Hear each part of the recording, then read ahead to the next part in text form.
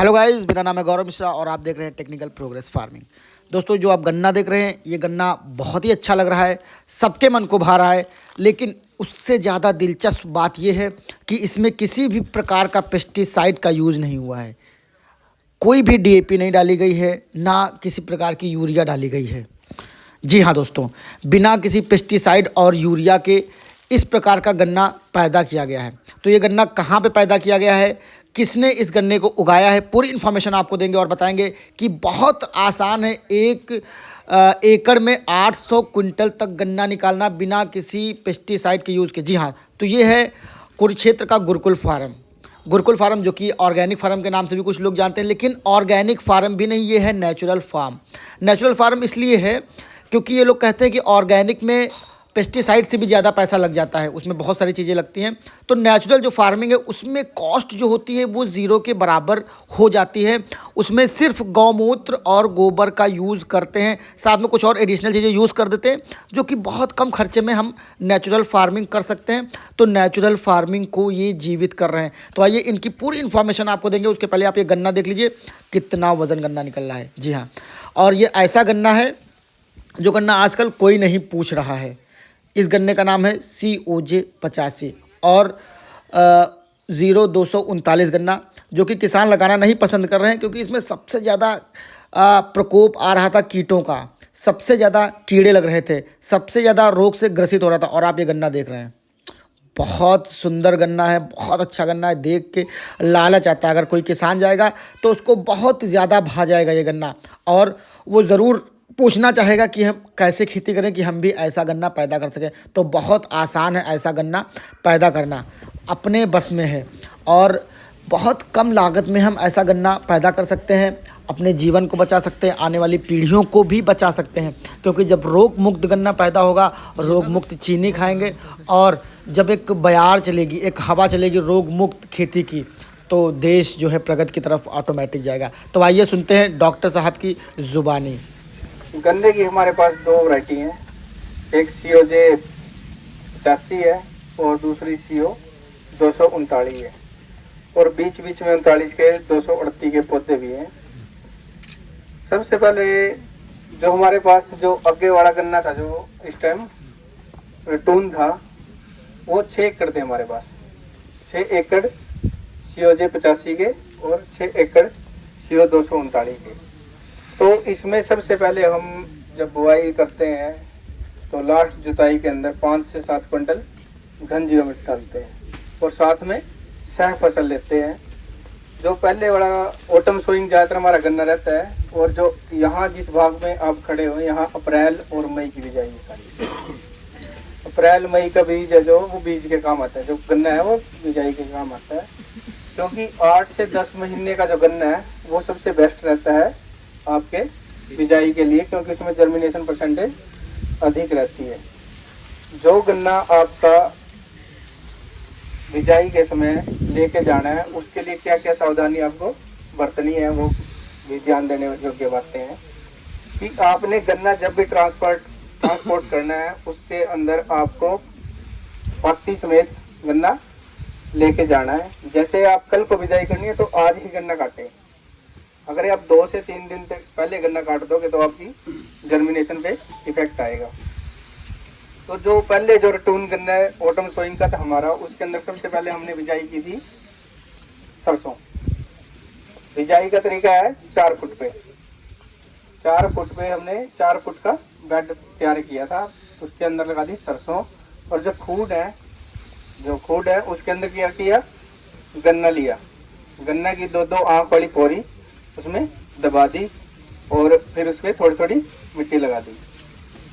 अपनी सरसों तैयार होने के बाद डॉक्टर साहब ने बताया जैसे कि 7 क्विंटल की एवरेज के आसपास हमारी सरसों मिली। सरसों मिलने के बाद फिर उसको काट के उसी बेड पे हमने मूंग 3 से 4 क्विंटल प्रति एकड़ ली। फिर उसके बाद हमारा गन्ना थोड़ा ऊपर आ गया। सबसे बड़ी बात है कि इसके अंदर जैसे किसान आमतौर पे क्या करते हैं कि पत्ती को फूंक देते हैं ना, हम बिल्कुल नहीं फूकते। वो क्या कहते हैं किसान कि पत्ती यहाँ रखेंगे तो इसमें काली कीड़ी ज़्यादा आएगी। ऐसा कुछ नहीं है, पत्ती का कोई इफेक्ट नहीं है, बल्कि पत्ती आपकी फायदेमंद है, आपके खेत में नमी बना के रखती है, केंचुए अधिक से अधिक होते हैं। ठीक है। ऑटम सोइंग के बाद आते हैं फिर हम प्लांट के ऊपर। प्लांट में हमारा जो गन्ना है वो भी ऑटम सोइंग है। उसके अंदर जो प्लांट गन्ना था हमारा 500 प्लस था फील्ड में, और जो रिटून है वो हमारा 450 से 500 के आसपास रहा है। और जितना भी गन्ना है हमारा ज़्यादातर हम या तो जूस में इस्तेमाल होता है या फिर प्रोसेसिंग प्लांट पे, जिसमें हम गुड़, शक्कर और देसी खंड बनाते हैं। एक चीज़ और है कि आपको कोई कहता है कि ये नेचुरल फार्मिंग है, बिल्कुल आप कैसे विश्वास करोगे? क्या पता मैं झूठ बोल रहा हूँ? आप बताओ ना मेरे को, किस तरह से जजमेंट करोगे? सबसे पहला डिफरेंस है,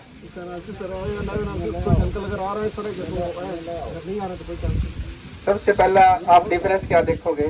अगर कोई भी कहता है कि मैं नेचुरल फार्मिंग कर रहा हूँ, उसके बाद सबसे पहले आप उसका कलर ऑब्जर्व करो, फसल का कलर देखो। जो यूरिया डीएपी वाली फसल होगी ना वो बिल्कुल डार्क ग्रीन होगी, ये लाइट ग्रीन है। साथ में आप अपने खेत में देखो जाके, वहाँ पर जो माइक्रोबियल एक्टिविटीज है, केंचुए की एक्टिविटी है वो देखो जाके, ठीक है। और आप लोग के यहाँ टॉप बोरर के लिए आप क्या करते हो? ओराजन करते हो। तंग कर दिए ना टॉप बोरर ने, टॉप बोरर ने तंग कर दिया ना, वो केमिकल में तंग ही रहोगे। अगर आप ना नेचुरल फार्मिंग में आपका टॉप बोरर आएगा ही नहीं। क्यों नहीं आएगा? कि जो यहाँ संतुलन बना हुआ है ना कीटों का, आप ट्राइकोगामा कार्ड लेके आते हो ना, परजीवी कार्ड लगाते हो? हमने आज तक नहीं लगाया। हमारे यहाँ पहले ही बंद हुआ बहुत ज्यादा है, वो अपने मैनेजमेंट करते रहते हैं। कौन मैनेजमेंट करते रहता है? जो कीड़े आप अलग से कार्ड लगा रहे हैं, ऑटोमेटिक अवेलेबल है, वो अपने आप कार्य करते हैं। तो इसके अंदर गन्ने के अंदर छोटी छोटी मैनेजमेंट करनी होती है। जैसे आप के स्टार्टिंग में कंसुआ है, अगर आप पानी लेट करोगे थोड़ा तो आपका कंसुआ आएगा ही आएगा। भाई तोड़ो मत प्लीज, हेलो देख रहे हैं, तोड़ना मत प्लीज। तो इसके अंदर जैसे कि आप लोग देख रहे हो, अगर हमारे थोड़ी बहुत कोई बीमारी आती है तो हम पैनिक नहीं होते उससे। अगर थोड़ा बहुत कोई चीज़ की बीमारी आई है तो ATL लेवल से अगर नीचे है तो हम पैनिक नहीं होते। अगर थोड़ा 1 से 2% पे चला गया तब हम नीमस्त्र का स्प्रे करते हैं। अगर आप हमारा पहले 2 एकड़ है ना जो गन्ने के जो रटून था कट गया, अगर उसको देखते ना आप मई जून के महीने में आके, तो बिल्कुल पीला पड़ा हुआ था वो, काली कीड़ी का अटैक था उस पर। लेकिन हमने क्या किया, उसमें नीमस्त्र का स्प्रे कर दिया। ऊपर से बरसात आ गई, बरसात आ गई तो काली कीड़ी का मतलब है ही नहीं, खत्म हो जाएगा, ठीक है। उसके बाद आता है कि प्रोसेसिंग का। जितना भी गन्ना है यहाँ हमारे पास सारा प्रोसेसिंग प्लांट में गुड़, शक्कर और देसी खंड बनाते हैं, वो भी बिल्कुल नेचुरल तरीका है। सह फसल लेते हैं, सह फसल से एक दूसरे का जो न्यूट्रिएंट्स है वो प्रोबेबिलिटी हो जाती है। बाकी ये शोधित कैसे करते हैं? बीजामृत के साथ, बीजामृत के साथ डिप कर देते हैं। जैसे मैंने बताया था ना आपको, 20 लीटर आपने पानी लेना है, 5 किलो आपने देसी गाय का गोबर लेना है, 5 लीटर गोमूत्र लेना है, 250 ग्राम चूना लेना है और 1 मुट्ठी मिट्टी लेनी है।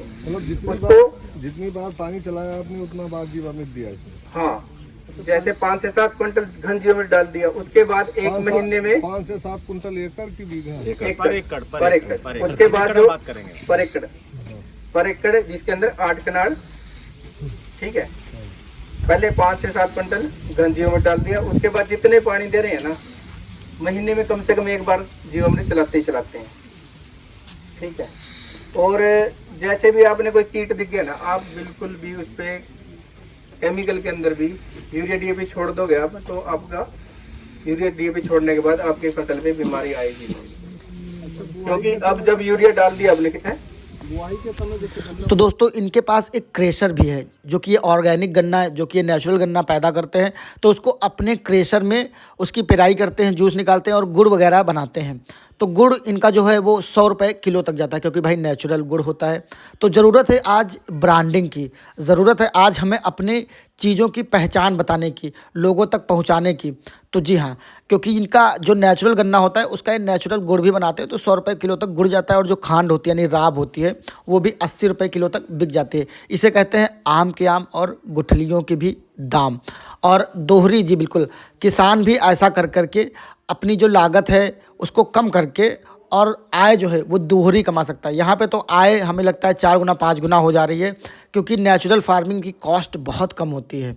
और गन्ना भी ऐसा जिसमें आपको पैदावार भी ज़्यादा मिले, और जो कॉस्ट कम हो जाती है और गुड़ बनाते हैं, राब बनाते हैं, तो इन सब में जो है 100 रुपये किलो तक बिक जाता है, तो आय 4 गुना 5 गुना तक हो जाती है। तो आप भी ऐसा कर सकते हैं, आप भी ऐसा सीख सकते हैं। ज़रूर आइए गुरुकुल फार्म, जो कि कुरुक्षेत्र में पड़ता है, और बहुत अच्छा इन्होंने मेंटेन करके रखा है अपने फार्म को। और नेचुरल तरीके से जो भाई ये खेती करते हैं, सिर्फ गन्ने की नहीं करते हैं खेती, इनके पास गेहूं भी लगा है। गेहूं ऐसी जगह पे लगा है जहां पर कुछ भी पहले नहीं होता था।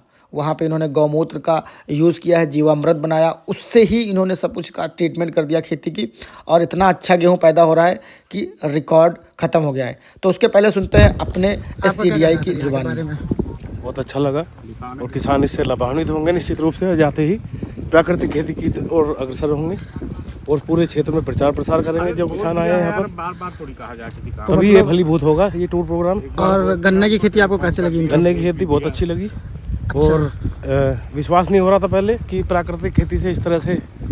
तो आपको क्या लग रहा है प्रोडक्शन कि कितना प्रोडक्शन होगा इनका एकड़ में? प्रोडक्शन कम से कम 1500 per hectare. 1500 quintal per hectare, बहुत बड़ी चीज़ है। सर आपको कैसा लगा, सब कुछ फीडबैक देना चाहेंगे? बहुत अच्छा लगा। सभी किसानों को प्राकृतिक तरीके से खेती करनी चाहिए।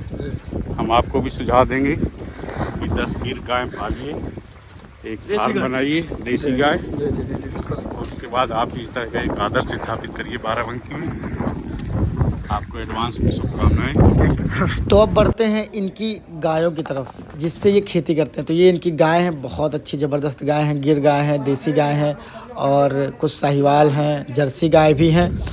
इसका मूत्र और मल इकट्ठा कर लेते हैं, यानी कि गोबर इकट्ठा कर लेते हैं, और उसके यूज़ से ही जीवामृत बनाते हैं। तो आपको अगले वीडियो में ज़रूर बताएंगे कि ये जीवामृत बनाते कैसे हैं और कैसे उसको यूज़ करते हैं, प्रयोग करते हैं। तो उसके पहले आप चैनल को ज़रूर सब्सक्राइब कर लें। और हम धन्यवाद देना चाहेंगे अपने बाराबंकी के DCO साहब को, हमारे SCDI साहब दिलीप सिंह जी को, और हमारी मील हैदरगढ़ को, जिन्होंने हमें इतना अच्छा मौका दिया इन सब जगहों को घूमने का। तो ये कुछ फ़ोटोज़ हैं जो हमने गुरुकुल फार्म में घूमने के दौरान लिए हैं। तो आप भी आइए मौका मिले तो, क्योंकि बहुत अच्छा है गुरुकुल फार्म, बहुत कुछ सीखने को भी मिलता है, और इनकी खेती देख के तो भाई मज़ा ही आ जाता है। अगर आपने चैनल को सब्सक्राइब नहीं किया तो चैनल को ज़रूर सब्सक्राइब कर लें, क्योंकि ऐसी वीडियोज़ हम आपको लगातार देते रहेंगे। क्वालिटी वाली वीडियोज़ आपको लगातार मिलती रहेंगी। और गुरुकुल फार्म में अगर आप जाएंगे तो वहाँ पे खाने पीने की भी व्यवस्था हो जाती है, रहने का भी हो जाता है। लेकिन आप किसी अपने संस्था के थ्रू जाइए, चाहे आप अपने सोसाइटी के थ्रू जाइए या मेल के थ्रू जाइए, तभी आपको ये सब सुविधाएं मिल पाएंगी। बहुत बहुत धन्यवाद।